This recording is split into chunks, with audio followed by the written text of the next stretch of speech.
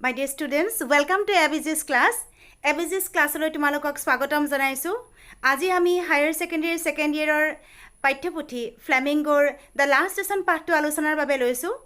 ইতিমধ্যে ইয়াৰ আগৰ দুটা ভিডিঅ'ত আমি পাঠটোৰ ৰাইটাৰ, থিম, বেকগ্ৰাউণ্ড আৰু পাঠটোৰ একাংশ অসমীয়া ভাঙনিৰে সৈতে আলোচনা কৰিছিলোঁ আৰু লগতে সেই নিৰ্দিষ্ট অংশটোৰ পৰা হ'ব পৰা প্ৰশ্নসমূহৰো উত্তৰ আমি আলোচনা কৰিছিলোঁ। আজিৰ ভিডিঅ'টোত আমি ইয়াৰ পৰৱৰ্তী অংশ আৰু এই অংশৰ পৰা হ'ব পৰা কেতবোৰ গুৰুত্বপূৰ্ণ প্ৰশ্নৰ উত্তৰ কৰিম।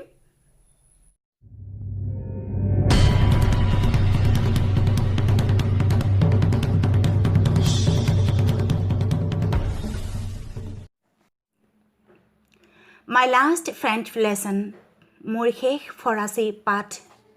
Why? I hardly knew how to write. কিয়? মই লিখিব দেখোন নাজানোৱেই। I should never learn any more. মই আৰু শিকিব নালাগিব। I must stop there then. তেতিয়াহ'লে মই ইয়াতে শেষ কৰিব লাগিব। Oh, how sorry I was for not learning my lessons for seeking birds' eggs or going sliding on the Saar. Oh, মই পঢ়া শুনা নকৰি চৰাইৰ কণী বিচাৰিবলৈ যোৱাৰ বাবে, সাৰ নদীৰ পাৰত স্লাইডিং কৰি কৰি খেলিবলৈ যোৱাৰ বাবে কিমান যে দুখিত হৈছিলোঁ। My books, মোৰ কিতাপসমূহ, that had seemed such a nuisance a while ago. কেই মুহূৰ্তমান আগলৈকে যিবোৰ বৰ আমনিদায়ক যেন হৈছিল। So heavy to carry, কঢ়িয়াবলৈ ইমান গধুৰ যেন লাগিছিল। My grammar and my history of the saints, মোৰ ব্যাকৰণ আৰু ঋষিমুনিসকলৰ বুৰঞ্জীসমূহ were old friends now. সেইবোৰ এতিয়া মোৰ পুৰণি বন্ধু হৈ পৰিছে। That I couldn't give up, যাক মই কেতিয়াও পৰিত্যাগ কৰিব নোৱাৰোঁ।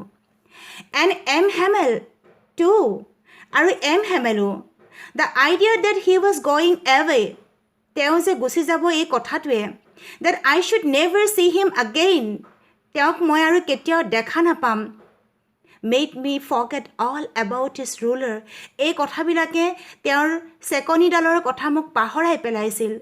And how cranky he was, আৰু তেওঁ কিমান খিংখিঙি আছিল সেই কথাও মই পাহৰি গৈছিলোঁ। Poor man, বেচেৰা মানুহজন। It was in honor of this last lesson that he had put on his fine Sunday clothes. এই শেষ পাঠটোৰ সন্মানাৰ্থে তেওঁ তেওঁৰ সাঁচতীয়া কাপোৰ সাজ পিন্ধি আহিছে। And now I understood, আৰু এতিয়া মই বুজি পালোঁ, why the old man of the village, গাঁৱৰ মানুহবোৰ কিয় were sitting there in the back of the room, কোঠাটোৰ পিছৰ ফালে গাঁৱৰ মানুহবোৰ কিয় বহি আছে। It was because they were sorry too, এইটো এই কাৰণেই যে তেওঁলোকো দুখিত হৈছে। That they had not gone to school more, তেওঁলোকে যে স্কুললৈ নগ'ল সেইকাৰণে তেওঁলোকেও দুখিত হৈছে। It was their way of thanking our master for his 40 years of faithful service. 40 বছৰৰ বিশ্বাসী সেৱাৰ বাবে আমাৰ শিক্ষকজনক তেওঁলোকৰ এয়া কৃতজ্ঞতা জনোৱাৰ এটা চিন। And of showing their respect for the country that was theirs no more, আৰু যিখন দেশ সম্প্ৰতি তেওঁলোকৰ হৈ থকা নাই সেই দেশখনৰ প্ৰতিও সন্মান প্ৰদৰ্শনৰ এইটো এটা উপায় বা চিন। While I was thinking of all this, যেতিয়া মই এই কথাবোৰ ভাবি আছিলোঁ, I heard my name called, মই মোৰ নামটো পঢ়া শুনিলোঁ। It was my turn to recite, এইবাৰ পাৰ্টিচিপলছৰ ৰুলছ ক'বৰ কাৰণে মোৰ পাল পৰিছে। What would I not have given to be able to say that dreadful rule for the participles all through, very loud and clear and without one mistake? এই ভয় লগা পাৰ্টিচিপলছৰ নিয়মসমূহ সম্পূৰ্ণকৈ এটাও ভুল নোহোৱাকৈ ডাঙৰ ডাঙৰ মাতেৰে আৰু স্পষ্টকৈ ক'বৰ বাবে মই যে কি কৰিব খোজা নাছিলোঁ। But I got mixed up at the first words, কিন্তু প্ৰথমৰ শব্দকেইটাতে মোৰ ভুল লাগি গৈছিল, খেলি মেলি লাগি গৈছিল। And stood there holding on to my desk, আৰু মোৰ ডেস্কখনত ধৰি মই তাতেই থিয় হৈ থাকিলোঁ। My heart beating, মোৰ বুকুখন ধপ ধপাইছিল। And not daring to look up, আৰু ওপৰলৈ মূৰ তুলি চাব পৰা নাছিলোঁ সাহস কৰা নাছিলোঁ I heard MML say to me মই MML মোক কোৱা শুনিলোঁ I won't scold you little France কণমানি ফ্ৰান্স মই তোমাক গালি নাপাৰোঁ You must feel bad enough তুমি নিজেই দুখী অনুভৱ কৰিব লাগে See how it is চোৱাচোন কথাবোৰ কেনেকুৱা হয় Every day we have said to ourselves প্ৰত্যেক দিনাখনে আমি কওঁ বাহ I have plenty of time মোৰ বহুত সময় আছে I will learn it tomorrow মই কাইলৈ পঢ়িম কাইলৈ শিকিম And now you see আৰু এতিয়া তুমি দেখিলা where we have come out আমি ক'ত পালোহি that's the great trouble with Algiers এইটোৱে আলজাছৰ আটাইতকৈ ডাঙৰ অসুবিধাটো She puts off learning till tomorrow ইয়াৰ মানুহবিলাকে পঢ়া শুনা কৰা কামটো পিছদিনাৰ বাবে ৰাখে Now those fellows out there এতিয়া তাত থকা মানুহবিলাকে will have the right to say to you তোমালোকক ক'বলৈ ৰাইট পাব সুবিধা পাব অধিকাৰ পাব How is it you pretend to be Frenchman কি কথা তোমালোকে নিজকে ফ্ৰেঞ্চমেন বুলি কোৱা and yet তোমালোকে নিজকে ফৰাসী মানুহ বুলি কোৱা and yet you can neither speak nor write your own language অথচ তোমালোকে নিজৰ ভাষাটো ক'বও নোৱাৰা লিখিবও নোৱাৰা but you are not the worst little France কিন্তু তুমি একমাত্ৰ আটাইতকৈ বেয়াজন নহয় তুমি আটাইতকৈ বেয়া নহয় little France We have all a great deal to reproach ourselves with আমি সকলোৱে নিজকে দুখী সাব্যস্ত কৰিবৰ বাবে বহুত কাৰণ আছে আমি সকলোৱে নিজকে খং কৰিব লাগে দুখী সাব্যস্ত কৰিব লাগে তাৰ বহুত কাৰণ আছে Your parents were not anxious enough to have you learn তোমালোকৰ মা দেউতাসকলে তোমালোকৰ পঢ়া শুনা লৈ আগ্ৰহী নহয় They prefer to put you to work on a farm or at the mills so as to have a little more money. তেওঁলোকে তোমালোকক এখন ফাৰ্মত বা এটা মিলত কাম কৰাটো বেছি গুৰুত্ব দিয়ে কিয়নো তাৰ পৰা অলপমান হ'লেও বেছি টকা উপাৰ্জন হয় And আৰু মই I have been to blame also মই নিজেও নিজকে দুখী সাব্যস্ত কৰোঁ Have I not often sent you to water my flowers instead of learning your lessons? তোমালোকৰ পাঠ পঢ়াৰ সলনি মই তোমালোকক প্ৰায়ে মোৰ বাগিচাৰ ফুলনিত পানী দিবলৈ নপঠাওনে And when I wanted to go fishing আৰু যেতিয়া মই মাছ মাৰিবলৈ যাবলৈ বিচাৰো Did I not just give you a holiday? মই তোমালোকক বন্ধ নিদিওনে Then from one thing to another তাৰপিছত এটা কথাৰ পৰা আন এটা কথালৈ সলনি কৰি M. Hamel went on to talk of the French language. M. Hamele ফৰাচী ভাষাৰ বিষয়ে ক'বলৈ ধৰিলে saying that it was the most beautiful language in the world. তেওঁ কৈছিল যে এইটো হৈছে পৃথিৱীৰ আটাইতকৈ ধুনীয়া ভাষা the clearest আটাইতকৈ বেছি স্পষ্ট ভাষা the most logical আটাইতকৈ বেছি যুক্তিপূৰ্ণ ভাষা that we must guard it among us যিটো আমি আমাৰ মাজত জীয়াই ৰাখিব লাগিব and never forget it আৰু কেতিয়াও পাহৰি যাব নালাগিব because কাৰণ when a people are enslaved যেতিয়া এটা জাতিক দাসত পৰিণত কৰোৱা হয় as long as they hold fast to their language যিমান দিনলৈকে তেওঁলোকে নিজৰ ভাষাটো ধৰি ৰাখিব পাৰিব it is as if they had the key to their prison তেওঁলোকে জেলৰ পৰা উলাই অহাৰ যেন হসাৰ কাঠিটো ধৰি ৰাখিছে তেনেকুৱা হয় অৰ্থাৎ কোনোবা এটা জাতি যদি পৰাজিত হয় পৰাধীন হয় তেতিয়াহলে সেই জাতিটোৱে নিজৰ ভাষাটো নিজৰ মাজত জীয়াই ৰাখিব লাগে তেতিয়া সেই জাতিটো জেলৰ পৰা উলাই আহিবলৈ থকা হসাৰ কাঠিটো বা চাবিটো পোৱা নিচিনা অৱস্থা এটা তেওঁলোকৰ হয় অৰ্থাৎ তেওঁলোকে নিজৰ জাতিটো পুনৰ স্বাধীন কৰিবলৈ সুবিধা পায় Then he opened a grammar and read us our lesson তাৰ পিছত তেওঁ এখন গ্ৰামাৰ কিতাপ উলিয়ালে আৰু আমাক আমাৰ পাঠ পঢ়ালে I was amazed to see how well I understood it. মই দেখি আচৰিত হ'লোঁ মই কিমান সুন্দৰকৈ বুজি পালোঁ. All he said seemed so easy. তেওঁ যিয়েই কৈছিল সকলোবোৰ ইমান সহজ যেন লাগিছিল. I think too that I had never listened so carefully and that he had never explained everything with so much patience. মই এইটো ভাবিছিলোঁ যে মই নিশ্চয় ইয়াৰ আগতে কেতিয়াও ইমান সযতনে ইমান সাৱধানে শুনাই নাছিলোঁ আৰু তেওঁ হয়তো হেমেলেও হয়তো ইমান ধৈৰ্যৰে ইমান দিনে আমাক একো কথা ব্যাখ্যা কৰাই নাছিল. It seemed almost as if the poor man wanted to give us all he knew before going away. এনেকুৱা লাগিছিল যেন বেচেৰা মানুহজনে ইয়াৰ পৰা যোৱাৰ আগতে আমাক তেওঁ যিমান জানে সিমানখিনি দি থৈ যাব বিচাৰিছিল. And to put it all into our heads at one stroke. আৰু সেয়াও আমাৰ মগজুৰ ভিতৰত একেবাৰতে তেওঁ গোটেইখিনি কথা সুমুৱাই দিব বিচাৰিছিল. মোৰ এনেকুৱা লাগিছিল. After the grammar, we had a lesson in writing. গ্ৰামাৰৰ পিছত আমাৰ হাতৰ আখৰৰ এটা পাঠ আছিল. That day, M. Hamel had new copies for us. সেইদিনা M. Hamel আমাৰ কাৰণে কিছুমান নতুন কপি লৈ আহিছিল. Written in a beautiful round hand. ধুনীয়া গুড আখৰেৰে লিখা আছিল. France Algiers বুলি ধুনীয়া গোটা গুড আখৰেৰে লিখা কিছুমান কপি সেইদিনা M. Hamel আমাৰ বাবে লৈ আহিছিল. They looked like little flags floating everywhere in the school room, hung from the rod at the top of our desk. আমাৰ ডেস্কৰ ওপৰত থকা ৰডডালত আঁৰি দিয়াৰ বাবে আঁৰি থোৱা সেই সৰু অকণমানি কাগজবোৰ সেই কপিবিলাক এনেকুৱা লাগিছিল যেন সেই গোটেই ৰুমটোতে সৰু কিছুমান ফ্লেগ উৰি আছিল.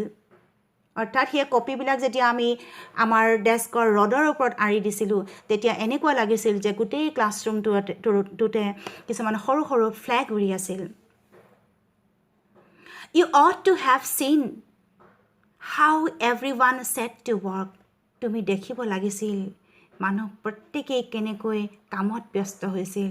And how quiet it was. আৰু কিমান শান্ত হৈ পৰিছিল পৰিৱেশটো. The only sound was the scratching of the pens over the paper. কাগজৰ ওপৰত কলম ঘঁহুৱাৰ শব্দটোৱেই আছিল একমাত্ৰ শব্দ.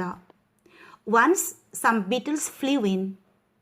এসময়ত কেইটামান বিটলছ কোঠাৰ ভিতৰলৈ সোমাই আহিছিল, উৰি সোমাই আহিছিল. But nobody paid any attention to them. কিন্তু কোনেও সিবিলাকৰ প্ৰতি কোনো গুৰুত্বই নিদিলে. And not even the littlest one. আনকি একেবাৰে সৰু ল'ৰা ছোৱালীকেইটাইও নিদিলে. Who worked right on tracing their fish hooks as if that was French too. যে সেই সৰু ল'ৰা ছোৱালীকেইটা যিকেইটাই সিহঁতৰ ট্ৰেচিং পেপাৰৰ ওপৰত বৰশীৰ ওপৰত ঘঁহাই আঁকি আছিল, বৰশীটো ট্ৰেছ কৰি আছিল, যেন সেয়াও এটা ফৰাচী শব্দহে. তেনেকুৱাকৈ ইমান বেছি গভীৰ মনোযোগেৰে তেওঁলোকে বৰশীটো ট্ৰেছ কৰি আছিল. সেই কণমানিহঁতেও বিটলছকেইটা যে কোঠাৰ ভিতৰলৈ উৰি আহিছে সেই কথাটোত কোনো গুৰুত্বই নিদিলে. On the roof, ছালৰ ওপৰত, the pigeons cooed very low. পাৰ চৰাইবিলাকে খুব লাহেকৈ ৰুণ দিছিল. And I thought to myself, আৰু মই ভাবিছিলোঁ, will they make them sing in German, even the pigeons? সিহঁতে এই পাৰবিলাককো, এই পিজেন্সবিলাককো, পাৰবিলাককো জাৰ্মান ভাষাত গান গোৱাব পাৰিবনে? অৰ্থাৎ যিসকল ব্যক্তিয়ে আলজাছ চহৰত, আলজাছ আৰু লৰেন ডিষ্ট্ৰিক্ট দুখনত ফৰাচী ভাষাৰ পৰিৱৰ্তে জাৰ্মান ভাষাৰ প্ৰচলন কৰিবলৈ দিছে, তেওঁলোকে মানুহৰ ভাষাটোতো প্ৰচলন কৰিবলৈ বিচাৰিছে, কিন্তু পাৰ চৰাইকে আদি কৰি জীৱ জন্তু সকলোকো তেওঁলোকে জাৰ্মান ভাষা কোৱাব পাৰিবনে?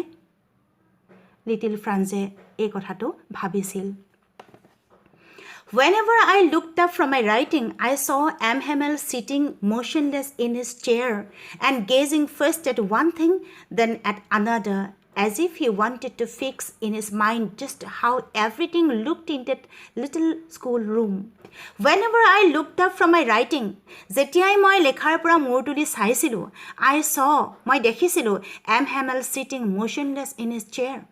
M. Hamele তেওঁৰ চকীখনত লৰচৰ নকৰাকৈ বহি আছে and gazing first at one thing, then at another. আৰু এটাৰ পিছত এটা বস্তু তেওঁ একেথৰে চাই আছিল, এটাৰ পিছত এটা বস্তু তেওঁ একেথৰে মন কৰিছিল, as if he wanted to fix in his mind, যেন তেওঁ মনৰ মাজত ফিক্স কৰিব বিচাৰিছিল just how everything looked in that little school room. এই শ্ৰেণী কোঠাটোত প্ৰত্যেকটো বস্তুৱে কেনেকৈ আছে, যেনেকৈ আছে ঠিক তেনেকৈ যেন তেওঁ মনৰ মাজত দৃঢ় পিনদ্ধ কৰিব বিচাৰিছিল, তেওঁ যেন তাৰ মনৰ মাজত ফিক্স কৰিব বিচাৰিছিল, ঠিক মোৰ ঠিক তেনেকুৱা এটা অনুভৱ হৈছিল. Fancy for 40 years he had been there in the same place. কল্পনা কৰাচোন 40 বছৰ ধৰি তেওঁ সেই ঠাইখনতে একে ঠাইতে তেওঁ আছে, বাস কৰি আহিছে. With his garden outside the window, খিৰিকীৰ বাহিৰত তেওঁৰ বাগিচাখন, and his class in front of him, আৰু তেওঁৰ সন্মুখত তেওঁৰ ক্লাছৰুমটো, just like that. এনেকুৱাকৈ তেওঁ 40 বছৰ একে ঠাইতে বাস কৰি আহিছে. Only the desk and benches had been worn smooth. মাত্ৰ ডেস্ক আৰু বেঞ্চবিলাকহে পুৰণি হৈ নিমজ হৈ পৰিছে. The walnut trees in the garden were taller. গাৰ্ডেনত থকা বাগিচাত থকা walnut treesবিলাক ওখ হৈছে. And the hopvine that he had planted himself twined about the windows to the roof. আৰু hopvine লতাজোপা যিজোপা তেওঁ নিজে ৰুইছিল, সেই লতাজোপা খিৰিকী পাৰ হৈ এতিয়া ছাললৈকে বগাই উঠিছে. How it must have broken his heart to leave it all, poor man. To hear his sister moving about in the room above, packing their trunks. এই সকলোবোৰকে এৰি থৈ যাবলৈ তেওঁৰ অন্তৰখন কেনেকৈ চাগে ভাঙি পৰিছে.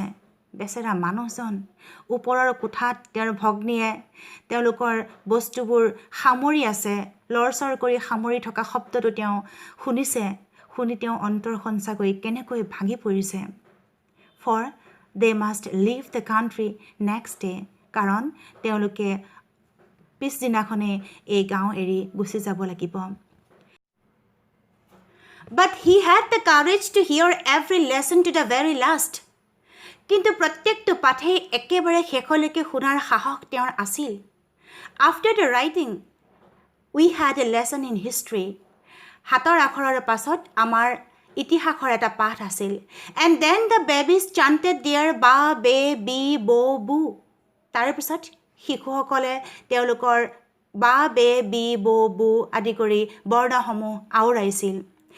Down there at the back of the room, শ্ৰেণী কোঠাটোৰ শেষৰ ফালে, পিছৰ ফালে, old Hauser had put on his spectacles.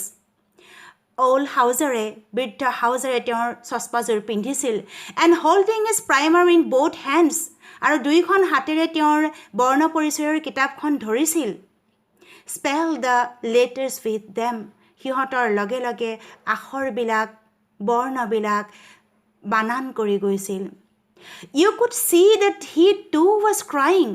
তুমি দেখিলাহেঁতেন যে তেওঁ কান্দিছে. His voice trembled with emotion. তেওঁৰ মাতটো আবেগত কঁপিছিল. And it was so funny to hear him that we all wanted to laugh and cry. আৰু তেওঁক শুনিবলৈ ইমানেই হাস্যকৰ যেন লাগিছিল যে আমি সকলোৱে একে সময়তে হাঁহিবলৈ আৰু কান্দিবলৈ খুজিছিলোঁ. How well I remember it, that last lesson. কিমান ভালকৈ মই সেই শেষ পাঠৰ দিনটো মনত ৰাখিব পাৰিছোঁ. All at once the church clock struck 12. সেই সময়তে গীৰ্জাঘৰৰ ঘড়ীত 12 বজাৰ সংকেত পৰিছিল. Then the Angelus, তাৰ পিছত প্ৰাৰ্থনা. At the same moment, The trumpets of the Prussians returning from drill sounded under our windows. সেই একে সময়তে ড্ৰিলৰ পৰা উভতি অহা প্ৰুছিয়ান সৈন্যসকলে বজোৱা ট্ৰাম্পেটৰ শব্দ, শিঙাৰ শব্দ আমি আমাৰ খিৰিকীৰ কাষত শুনিবলৈ পাইছিলোঁ। M. Hamel stood up very pale in his chair. M. Hamel তেওঁ খুব হেতা পৰিছিল, তেওঁ নিজৰ চকীৰ ওপৰত থিয় হৈছিল। I never saw him look so tall. তেওঁক মই ইমান বেছি ওখ কেতিয়াও দেখা নাছিলোঁ। My friends, মোৰ বন্ধুসকল, said he, তেওঁ কৈছিল। মই, but something choked him. কিবা এটাই তেওঁৰ ডিঙিত খোপা মাৰি ধৰিছিল। He could not go on. তেওঁ আৰু ক'ব নোৱাৰিলে। Then he turned to the blackboard. তাৰপিছত তেওঁ ব্লেকবোৰ্ডলৈ ঘূৰিলে, took a piece of chalk, এটুকুৰা চক ল'লে, and bearing on with all his might, তেওঁৰ যিমান শক্তি আছে সিমান শক্তি গোটাই লৈ he wrote as large as he could. তেওঁ যিমান ডাঙৰকৈ পাৰে সিমান ডাঙৰকৈ লিখিলে। Wife love France. France দীৰ্ঘজীৱী হওক। Then he stopped. তাৰপিছত তেওঁ ৰ'ল and leaned his head against the wall and without a word he made a gesture to us with his hands.